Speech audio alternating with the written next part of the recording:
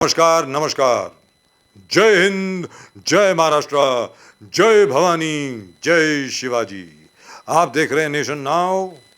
मैं हूं एडवोकेट प्रदीप नाम्बियार जी के साथ और नेशन नाउ है हमेशा आपके साथ। कल जैसा कि हमने आपसे बताया था कि जहां तक पीएफआई का सवाल है और बाकी अन्य चीजों का सवाल है, जो भी शक्तियां देश को कमजोर करने की कोशिश कर रही हैं, जो भी शक्तियां देश के टुकड़े टुकड़े करने की कोशिश कर रही हैं, प्रदीप जी, बिल्कुल सर। मैं बड़े गर्व के साथ, गौरव के साथ कह सकता हूं that what mister Ajit Doval, mister Deka and mister Gupta, Ajit Doval साहब हमारे नेशनल सिक्योरिटी एडवाइजर साहब, मिस्टर गुप्ता एनआईए के head, mister Deka intelligence bureau के हेड, और आदरणीय सामान्य home minister mister Amit Shah, सब ने मिलकर के जिस प्रकार पीएफआई के ऊपर शिकंजा कसा है, it should serve as a lesson to just about everybody who will try to break up India. सीधी सादी बात है। और यहां पर मुझे बड़ा अजीब लग रहा है। अजीब ये लग रहा है कि भाई ठीक है, कांग्रेस की मैं मानता हूं, कांग्रेस इज वेरी बिजी, उनके शायद नए अध्यक्ष इलेक्ट होने वाले हैं। In all likelihood, it will probably be Mr. Mallikarjun खड़गे साहब बनेंगे। और खड़गे साहब बने तो इसका मतलब राहुल गांधी ही प्रेसिडेंट रहेंगे। साथ में जनाब उनके सामने शशि थरूर साहब हैं। अच्छी बात है कि कोई कॉन्टेस्ट तो हो रहा है, लेकिन जहां तक लालू जी का सवाल है, जहां तक असदुद्दीन अवैसी का सवाल है, जहां तक बाकी सब लोगों का सवाल है, आप लोगों को पीएफआई को कंडेम करने में आपकी जबान पर ताला क्यों लग जाता है? मैं ये जानना चाहता हूं। जैसे बहुत लोगों की जबान पर ताला लग जाता है भारत माता की जय बोलने के पहले, प्रदीप जी, वंदे मातरम बोलने के पहले। क्यों भाई? भारत माता की जय बोलने में तुम्हें तकलीफ क्यों है? जय हिंद बोलने में तुम्हें तकलीफ क्यों है? ये हिंद है, हिंदुस्तान है, और अगर इस हिंदुस्तान को कोई कमजोर करने की कोशिश करेगा तो उसके सामने हम सब लोग खड़े हैं। और हर हिंदुस्तानी का यह कर्तव्य बनता है प्रदीप जी, कि इसके खिलाफ खड़ा रहे। और यहां पर जैसे पीएफआई जैसे संगठन हैं और उनके जो हिमायती हैं, कहां पर? पॉलिटिकल आउटफिट्स में। जैसे रमेश चेनीतला साहब ने बोला कुछ, लालू यादव जी ने बोला, असदुद्दीन ओवैसी साहब ने बोला। मेरा यह कहना है, आप हिंदुस्तान के जो मुसलमान हैं, इंडियन मुस्लिम्स जो हैं, आप उनको बदनाम करने की कोशिश क्यों कर रहे हैं? प्रदीप जी, बॉर्डर के ऊपर जो जवान हैं, हमारी पैरामिलिट्री फोर्सेस में जो जवान हैं, सीआईएसएफ में जो जवान हैं, अलग अलग पुलिस फोर्सेस में जो जवान हैं प्रदीप जी, उनमें लाखों मुसलमान हैं जिन्होंने अपने जीवन को न्यौछावर कर दिया है, अपनी जान का बलिदान दे दिया है, कुर्बानी दे दी है इस देश के लिए। आप उन लोगों को बदनाम करने की कोशिश क्यों कर रहे हैं? आज की तारीख में नरेंद्र मोदी के नेतृत्व में एक नई देशभक्ति की भावना पैदा हुई है पूरे हिंदुस्तान में। पहली बार हर कोई गर्व से कह रहा है, ताकत से कह रहा है, सेल्फ कॉन्फिडेंस से कह रहा है, सबसे पहले हिंदुस्तान, बाकी बाद में जो कुछ भी। India first, that's it. We are not concerned with anything else. जो हिंदुस्तान के हक में है वो हमारे हक में है, बस। आगे किसी को अगर ये बात पसंद ना हो तो जैसा कि बोलते हैं आम भाषा में, वो जाके अपनी भैंस चराए। अगर आपको हमारी बात पसंद ना हो तो अलविदा, टाटा बाय, आपको जहां जाना हो जाइए। और यहां पर तो प्रदीप जी, मुझे पॉलिटिकल पार्टीज के ऊपर बड़ा ताज्जुब होता है। आप कर क्या रहे हैं? आप जान करके लोगों के बीच में दरार क्यों डाल रहे हैं? हिंदू मुस्लिम ईसाई सब एक हैं, साथ में हैं। अरे जलियांवाला बाग पर जब अंग्रेजों की गोलियां चली थीं, गोलियों ने यह नहीं देखा था कि ये हिंदू है, ये सिख है, ये मुसलमान है। गोलियां सबको लगी थीं। हिंदुस्तान के जितने लोग रहने वाले हैं, जैसे फॉर एग्जांपल आप और मैं यहां पर हूं, मैं सिख हूं, आप हिंदू हैं, हमारे वसीम भाई मुसलमान हैं, हमारे सेवियो भाई क्रिश्चियन है। अगर इन पॉलिटिकल पार्टीज की हम बात माने तो हम लोगों को तो एक दूसरे के मतलब गले काटने में मतलब हमें बिजी रहना चाहिए, इसका मतलब ये हो गया। कोई हिंदुस्तानी ऐसा नहीं चाहता है, और अब वो वक्त आ गया है सभी हिंदुस्तानियों के लिए कि ऐसी पॉलिटिकल पार्टीज को आप नकारिए, उनको बाहर करिए, उनको सबक सिखाइए।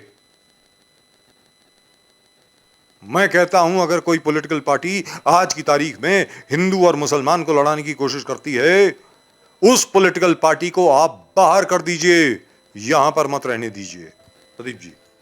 Sir, as you said, terrorism has no color, race, caste, color or religion. Terrorism doesn't belong to any religion, terrorism doesn't belong to any caste, terrorism doesn't belong to any race nor religion.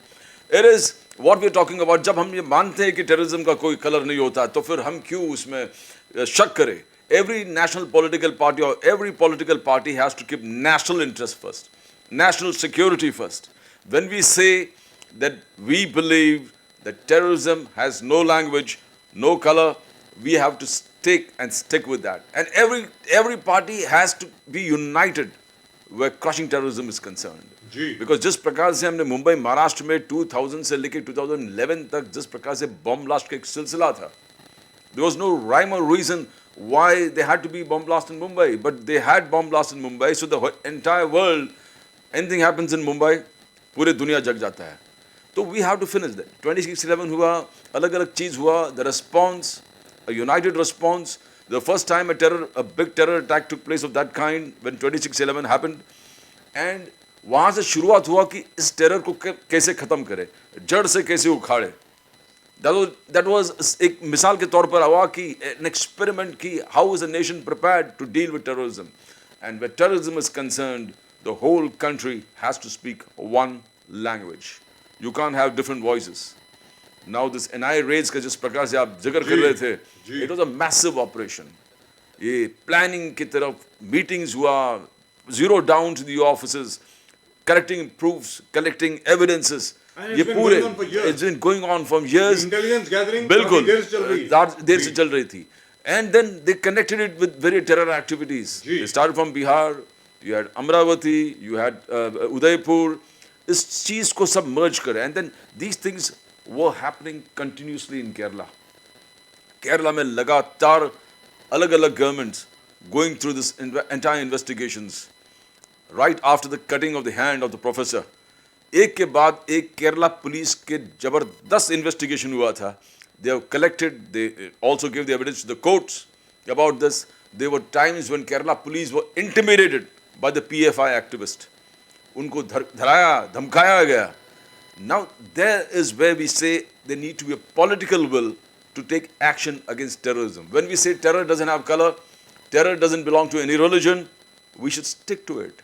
तो जो terrorism को फैला रहा है उस पर strict, एकदम strict action. Because हम मानते हैं कि कोई किसी के रिलीजन के साथ जुड़ा हुआ नहीं. Terrorism is not link to any religion. कहा कि एवरी हिंदुइज्म हो, इस्लाम हो, देश के खिलाफ काम करना. It says no.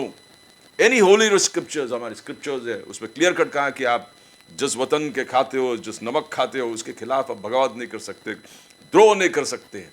तो जब हम इस चीज़ को मानते हैं, तो जो टेरर करने वाले लोग हैं उनको कोई रिलीजन नहीं होता. तो every political party has to involve themselves in the national exercise of weeding out terrorism, because terrorism आज एक बहुत बड़ा threat हो गया पूरे देश के लिए. I remember when Mr. Modi was coming in 2009, he wanted to be Prime Minister in 2009. From then onwards, he was saying that this kind of terrorism activities is a great threat to the country. And after the continuous failure of and the lukewarm response of various political parties where dealing with terrorism is concerned, the whole country decided that you need a change. And Mr. Modi, beyond expectations, got a mandate of majority from the people. तब तक कोई भी सरकार, if you talk to any political pundits before that, बोलते कि the time is of a mixed government, coalition government. There's going to be Advani ji हर सभा में बोलते yes. We were the only people saying Modi is coming. Yes. अब Advani ji के सभा, there's a time for the coalition government. Sharad Pawar, it's time for coalition government. Coalition government is what the world over phenomenon. But Mr. Modi brought a different theory into existence. coming by majority. And this was motivated by act of terrorism and various governments not being able to, and failed. And 2611 was a blot. How did we respond? We found a very meek government. We didn't respond at all. It's like having committee meetings after a bomb blast has taken place. What kind of committee meetings? और Pradeep ji, Yes, बिल्कुल. Yes. और प्रदीप जी, जैसे उस वक्त एक joke चला था, आपने गुजरात में बम ब्लास्ट किया, आपने 2611 किया, आपने दिल्ली में बम ब्लास्ट किए, न जाने कितने निहत्तों को आपने मार दिया, ठीक है साहब। और हम लोगों ने क्या किया? हम लोगों ने ये कहा कि भाई साहब आप आपके साथ हम क्रिकेट नहीं खेलेंगे, बस। मतलब इससे ज्यादा घिनौनी हरकत क्या हो सकती है किसी भी देश के लिए? इससे ज्यादा कौन सी हरकत हो सकती है जो आपके आत्मसम्मान को आहत पहुंचे? I remember that the fear when अभिनंदन को वहां पर गिर गया था by mistake, तो पाकिस्तान इमरान प्राइम मिनिस्टर इमरान खान जिस डर से पार्लियामेंट को एड्रेस किया था, उनको अगर छोड़ा नहीं गया तो इसके हमारे पार्लियामेंट के ऊपर हिंदुस्तानी एयरफोर्स जेट्स घूमते रहेंगे। हमें अभी तुरंत ये डिसीजन लेना पड़ेगा एंड टू हैंड ओवर अभिनंदन। I mean, that is the kind of fear we want to see in the eyes and minds of the enemies of the country. And why are they enemies? Why do they want to create terror activities in the country? Country thriving on terror, country thriving, और various mushrooming of organizations, लश्कर-ए-तोयबा, जमात-उद-दौवा, जितने आप बोलेंगे सब across the border वही से पनपता है। And the very greatest fear of ours, जैसे investigations have found out that PFI is linked with Simi and Indian Mujahideen and the ISIS, बिल्कुल ISIS, Indian Mujahideen पर कांग्रेस सरकार ने भी इन्वेस्टिगेशन किया था after various blasts, and they found the Bhatkal family, रियाज भटकल और जितने भटकल फैमिली के लोग थे अलग अलग टेररिस्ट गतिविधियों में एक्टिव थे। That was found out investigation during the Congress regime. And you need to count down, take on terror. You failed to take on terror. That's why the country bought this particular government with full majority against all norms of democracy we witnessed across the world. Democracy across the world, where all kinds of electing a person with majority. Now, what we are trying to say is a political will. When OVC जिस प्रकार से बात कर रहा है कि PFI गतिविधि है, गलत काम करते हैं, मगर बैन गलत है। बैन गलत। ये क्या बात हुआ? बैन गलत है। तो आप you are taking on terrorism. You are taking on terrorist activities. You are taking on people who are being taking training in Syria. Adv Chaudhary. Yes, Adv Chaudhary. Bharat जोड़ो यात्रा। बोले सीरियसनेस नहीं है, सीरियस एंटी टेरर के खिलाफ पूरे देश में एक अभियान चल रहा है, और उस अभियान को एक पॉलिटिकल रैली के साथ आप जोड़ रहे हो कि आपको हमारे नेता राहुल गांधी के यात्रा को ये करना था, ड्वाफ करना था, कवर अप करना था, तो आपने इस चीज को एनआईए की एक्टिविटीज को look at the way. Now this is what our investigating agencies will have tough time when one of the army specialists says that India is fighting a 2.5 battle. Yes. 2.5 battles, एक पाकिस्तान, एक China और आधा देश के अंदर। तो जी यहाँ पे एक चीज में देश के अंदर एक चीज में कहना चाहूँगा, बहुत आर्मी, यस एक चीज बहुत जरूरी। आर्मी की तो बात ठीक है, वो आप उसको एक्सप्लेन कीजिए, लेकिन यहाँ पर इसके पहले कि मैं भूल जाऊं, जैसे अधीर चौधरी साहब हैं, जैसे रमेश चैनीतला साहब हैं, जैसे हमारे आदरणीय सम्माननीय लालू यादव साहब हैं, जैसे असदुद्दीन ओवैसी साहब हैं। अरे भाई, आपको क्या लगता है कि हिंदुस्तान का जो मुसलमान है वो पीएफआई को सपोर्ट करता है? क्या हिंदुस्तान का मुसलमान चाहेगा कि हिंदुस्तान के टुकड़े टुकड़े हों? क्या हिंदुस्तान का मुसलमान चाहेगा कि यहां पर आतंकवाद पनपे, आतंकवाद फैले? कौन सी दुनिया में आप लोग रह रहे हैं? कैसी बातें कर रहे हैं आप लोग? मैं आज की तारीख में I can say this without fear of favor. The Muslims of this country, Indian Muslims, will reject all these people. आप देखें प्रदीप जी, एक छोटी सी एग्जांपल देता हूं आपको। योगी आदित्यनाथ को देखिए, उत्तर प्रदेश में जितने बड़े से बड़े सूरमा थे, माफिया डॉन थे, भले मुसलमान हो, हिंदू हो, ब्राह्मण हो, जाट हो, ठाकुर हो, जो भी हो, या तो वो जेल में है या उनका इनकाउंटर हो गया है। और जितने मुस्लिम हैं वहां पे, वो भी आज कहते हैं, स्पेशली मुस्लिम महिलाएं जो हैं उत्तर प्रदेश में, वो कहती हैं कि हमारे बच्चे स्कूल जा रहे हैं, सीधे रास्ते पर जा रहे हैं, कोई क्रिमिनल नहीं बनना चाहता, हर कोई पढ़ना चाहता है, हर कोई इंजीनियर बनना चाहता है, डॉक्टर बनना चाहता है, क्योंकि ये बड़े बड़े अतीक अहमद और अफरोज और शाहबुद्दीन और ये सब या तो जेल में हैं या इनका हो गया है एनकाउंटर, या ये दूबे चौबे, ये जो जितने भी बंदूक वाले थे, सब बच्चों का दिमाग जो है वो ठिकाने लग गया है और उनको सीधे सादे पथ पर चलने की प्रेरणा मिली है। प्रदीप जी, पिछले दिनों हम लोगों ने एक शो किया था यहीं पर, वहां पर हमने बोला था, मैं उम्मीद करता हूं कि एक नाथ शिंदे साहब जो हैं हमारे महाराष्ट्र के मुख्यमंत्री और आदरणीय उप मुख्यमंत्री देवेंद्र फडणवीस जी, बिल्कुल योगी आदित्यनाथ जी से प्रेरणा लेंगे।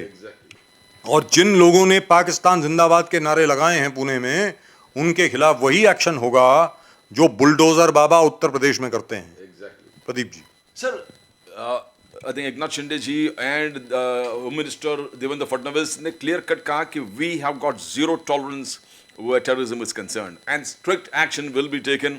Nobody is above the law and we will see that these kind of elements that talk about Pakistan Zindabad, देश में आतंक फैलाना, देश के खिलाफ काम करना, देश में ऐसे गतिविधि पैदा करना, कम्युनल टेंशन पैदा करना, इनके खिलाफ सख्त से सख्त action, and they have really come down on these people. But what you said, Prerna जो बुलडोजर बाबा बुलडोजर ने किया, एक fear. Why?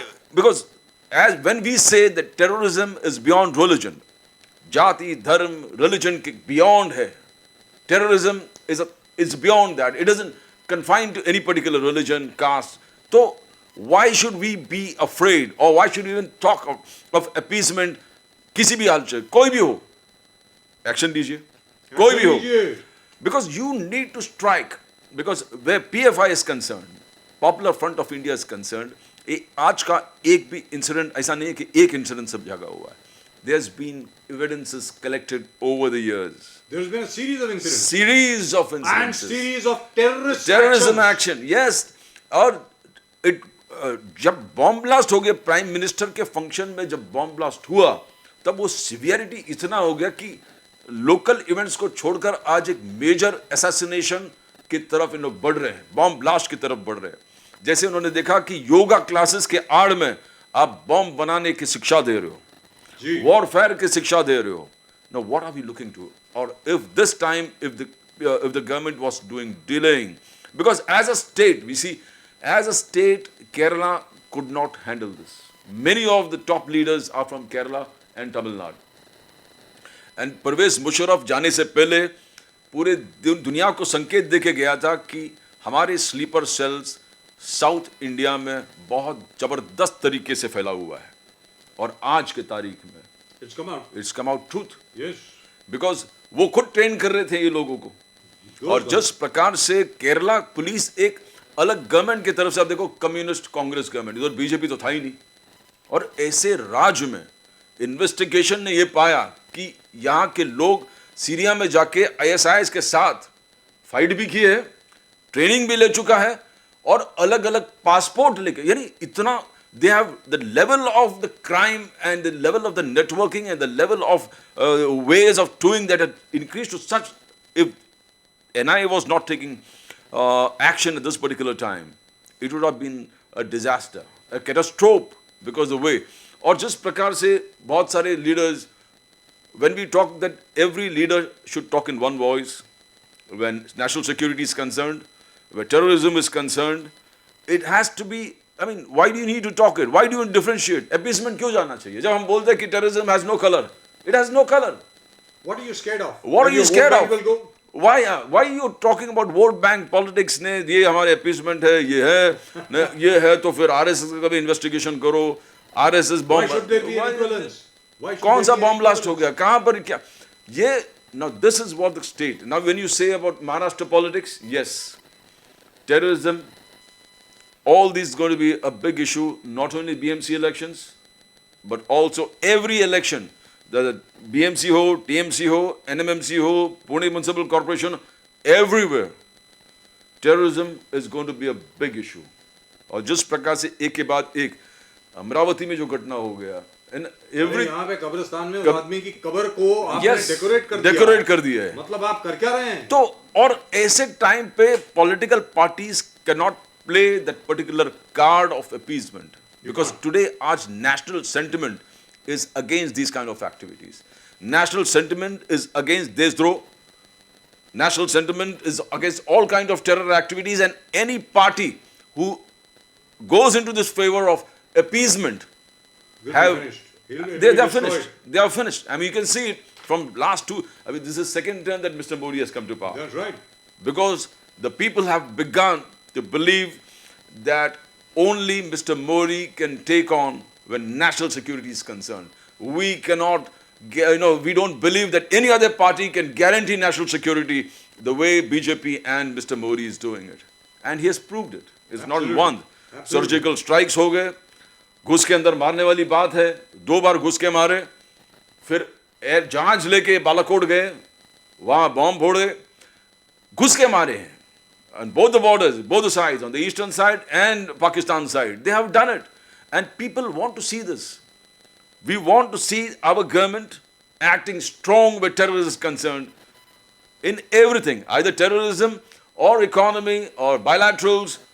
The whole country wants to see that the leadership of the country don't fail the people of the country. Absolutely. And as the leadership of the country always tells in every forum that my people is my priority. Even in bilateral or any kind of relationship, my entire motivation is being the motivation of the people of the country, that is people of India. Their requirements, their wants, their demands are going to be uppermost in our minds where any decision is taken by the country. And they have shown. Uske liye kuch problems bhi hue. Where alignment is concerned, taking a non-aligned stand is concerned, Russia-Ukraine war is concerned, wherever they have taken a stand. But Mr. Modi has shown that kind of leadership that yes, people's interests are uppermost in our minds. National security is uppermost in our minds. We are not going to just sit down if somebody comes and attacks us. We are going to go 2 steps ahead. Ghar mein घुस के मारेंगे. That's why he's winning. Yes. And that's the reason why he's winning. And that's the reason why, by the way, that the Congress, even in 1977, 1977 में सबसे पहली non-Congress government बनी. मोरारजी देसाई के नेतृत्व में मोरारजी देसाई प्रधानमंत्री बने 1977 में, प्रदीप जी. तब भी कांग्रेस की इतनी कम सीटें नहीं आई. पहली मर्तबा ऐसा हुआ है इंडिपेंडेंस के बाद कि कांग्रेस की 100 से कम सीटें आ रही हैं. 2 बार. बिल्कुल. Twice in a row. You've got less than 100 seats. अरे कुछ तो अकल करो यार, कुछ तो अपनी आंखें खोलो. ये हिंदुस्तान है, हिंदुस्तान जाग चुका है. अब आपकी वोट बैंक पॉलिटिक्स नहीं चलेगी. अगर किसी ने देख लिया, भले हिंदू हो, मुसलमान हो, सिख हो, ईसाई हो, यहूदी हो, पारसी हो, आदिवासी हो, नॉर्थ ईस्ट का हो, जो मर्जी हो, उसने अगर देख लिया कि आप आतंकवादियों के प्रति नरम हैं क्योंकि आपको लगता है कि आपका वोट बैंक तितर बितर हो जाएगा, याद रखें, जो आपको अभी मिल रहा है ना, वो भी नहीं मिलेगा. ये नया हिंदुस्तान है, ये नया हिंद है, ये नया भारत है, और इस भारत में आतंकवाद की कोई जगह नहीं है. That's it. That's all we've got for you in tonight's show on Nation Now. Pradeep ji और मेरी तरफ से आप सब लोगों को नमस्कार. जय हिंद, जय महाराष्ट्र, जय भवानी, जय शिवाजी. एक बार फिर आप सब लोग मेरे साथ बोलें, वंदे मातरम. वंदे मातरम.